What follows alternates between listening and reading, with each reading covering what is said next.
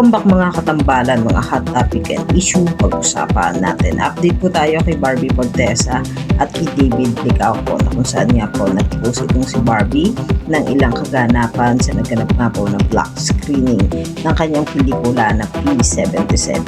At nag-post din itong si Barbie ng ilang ganap nga po nila nung nasa Rockstar KTV nga po sila kasama ang cast ng Beauty Empire na talaga namang nag-enjoy itong si Barbie Fortesa na ipinost nga niya sa kanyang social media account.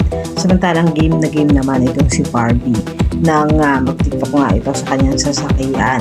Makikita nga po na talaga namang napakaganda ng isang Barbie Fortesa at kumakanta nga itong si Barbie doon sa kanyang sasakyan na talaga namang nakakaaliw nga itong si Barbie sa kabila nga mga schedule at black screen nito ay talaga namang kakaroon pa rin ng time itong si Barbie na aliwin yung kanyang sarili sa pamamagitan niya ng TikTok.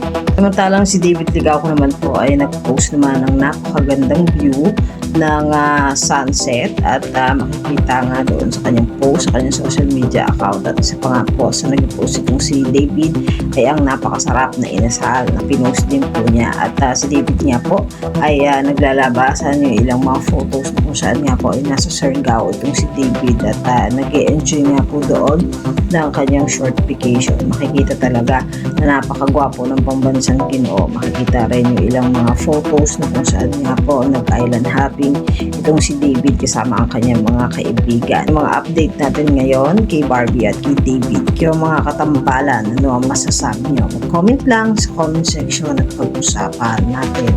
Yan ang mga hot topic and issue dito lamang sa Tambalang JK.